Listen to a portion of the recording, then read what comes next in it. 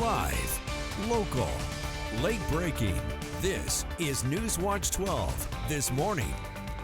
Good morning. Right now we're taking a live look out at Ashland by the Oregon Shakespeare Festival. A packed crowd filled Southern Oregon's University Union for a rare chance to speak directly with Oregon's Attorney General and local lawmakers. Thank you for joining us for Newswatch 12 this morning. I'm Carlos Murrieta.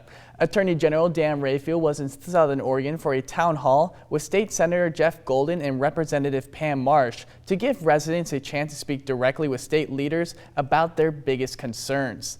A packed audience brought questions about Medicaid, reproductive rights, and how federal policy changes could impact low-income families in the Rogue Valley. So far, the Attorney General has filed 35 lawsuits against the federal government as the state leaders reassured the community that they're doing everything they can to hold the federal government accountable. We're seeing cutbacks in Medicaid, both on the eligibility side and on the funding side. We are seeing potential cutbacks in SNAP, the Food Assistance Program. At the same time, we're seeing social service programs generally undermined. And it's difficult to react as a state legislator. We hear from a lot of you about the most painful and dangerous developments going on right now. As Pam said, we're trying to strategize on how we can be helpful with resources in the most painful and difficult cutbacks.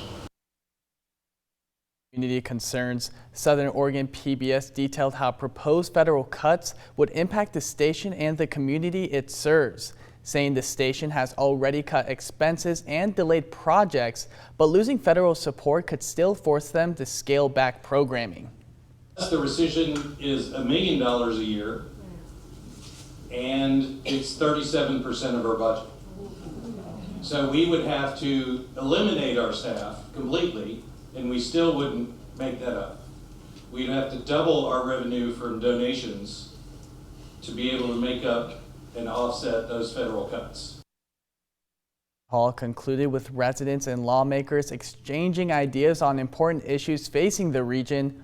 Organizers say they plan to continue fostering these community conversations in the future. And before yesterday's town hall, we sat down with the Attorney General in a Newswatch 12 exclusive interview to ask about the important issues impacting our region.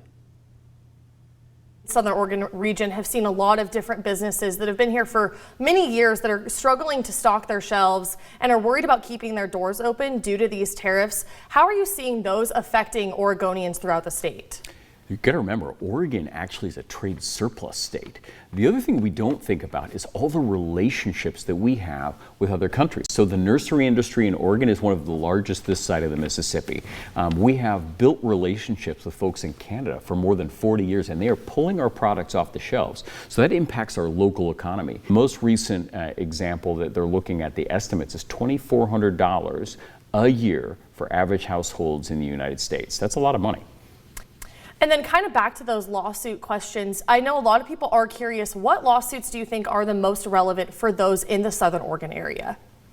Oh, that's a really good question. Again, I think cost of living issues are incredibly important. And so I come back to our tariffs lawsuit, which, again, tariffs seems like something, that is far, far in distance away from us, but really focusing on working families and consumers in this broad space.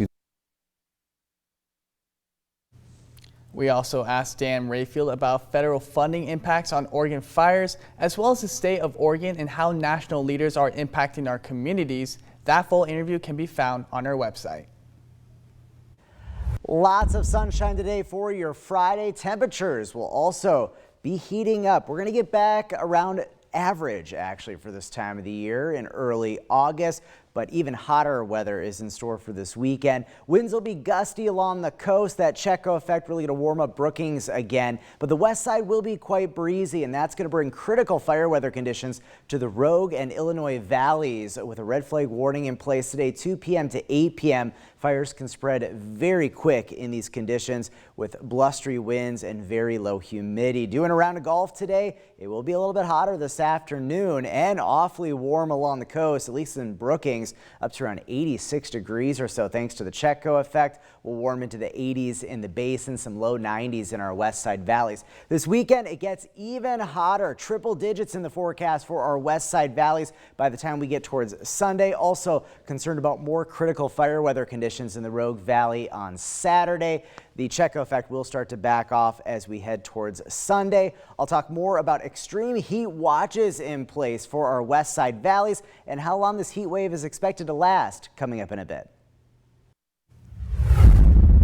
Providence, Oregon is cutting 128 more jobs statewide as it faces ongoing financial challenges. Now, this latest round of layoffs follows more than 130 job cuts announced in June as Providence, Oregon continues to face serious financial pressures and rising operating costs.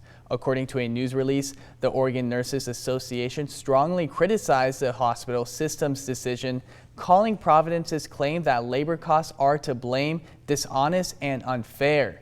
They pointed to the organization's $30 billion budget and the high salaries paid to top executives. Newswatch 12 reached out to Providence Medford, which confirmed these layoffs are not impacting the local hospital at this time. And new information about travel spending during President Trump's inauguration weekend. Oregon's Representatives Cliff Benz spent more on travel than any other member on the U.S. House.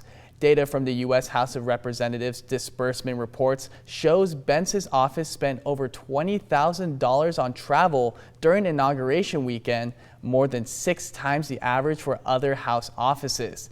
This included airfare, lodging, meals, and ride shares for multiple staffers. The spending far exceeded that of the second highest office, which reimbursed nearly half as much for fewer staff. Governor Tina Kotek announced a proposal to maintain transportation services in Oregon, and many community members are raising concerns about how it impacts them. The proposal includes a 6-cent increase in the state gas tax, bringing the base tax to 46 cents. It also outlines additional fees at the DMV for vehicle registration and title fees. Half of that revenue will go towards preventing layoffs and service cuts for ODOT, while the other half goes to local transportation departments. And the Senate president said this proposal doesn't solve all of the funding challenges facing our statewide transportation system, but says it's an opportunity to stop layoffs before they happen. If funding isn't secured during the special session, layoffs are set to begin on September 15th, with more to come in January. We reached out to the Office of Governor, who responded saying this proposal comes after a transportation package failed during the 2025 legislative session. They said services such as road plows and brush clearing won't be available without this funding. And new this morning, California has signed agreements with 4 of the largest technology companies when it comes to AI. Governor Gavin Newsom announced that the state will be working with Google, Adobe, IBM, and Microsoft to help train California's workforce for a wide range of jobs in AI. The state says this agreement will support faculty and students in colleges and high schools across the state to modernize their curriculum offerings to provide students with the latest AI tools. That the world in many ways we invented is now competing against us, and we've got to step up our game, and that's the spirit that I think defines the best of California, the spirit that defines the best of innovation. These agreements were reached at no cost to the state, as this will allow schools and industry partners to work together to make it easier for students to develop the skills they need to move from the classroom to the workforce. And California is set to open hundreds of new recycling sites as the state's recycling department announced $131 million in funding for expanding recycling redemption options. The new recycling site aims to make it easier for residents to redeem their California redemption value deposits. The latest funding will support a variety of projects, including $55 million for recycling centers to expand redemption options and $15 million designated for tribal entities or to build expand redemption facilities. More details on the funding can be found on our website. And back on the fire watch, firefighters have made significant progress on the Big Cliff fire, bringing containment up to 19%. Firefighters have some concerns that rising temperatures and shifting winds could increase fire activity, But air operations are closely monitoring the incident, and a new forest closure is in place for this fire.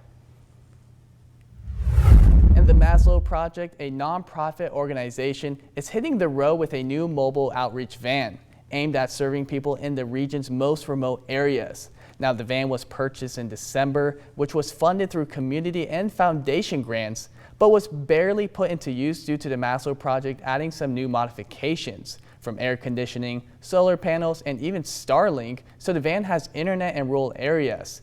Access to the internet is crucial as it allows their case managers to help people apply to benefits.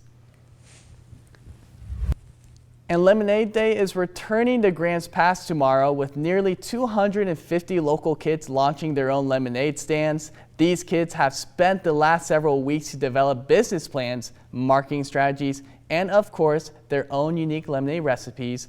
More than 65 stands are participating with fun names and themes, including Easy Peasy Lemon Squeezy, Let Me Dance Lemonade, and my favorite, Mystical Mermaid's Magical Lemonade. These stands will be open from noon to 3 tomorrow.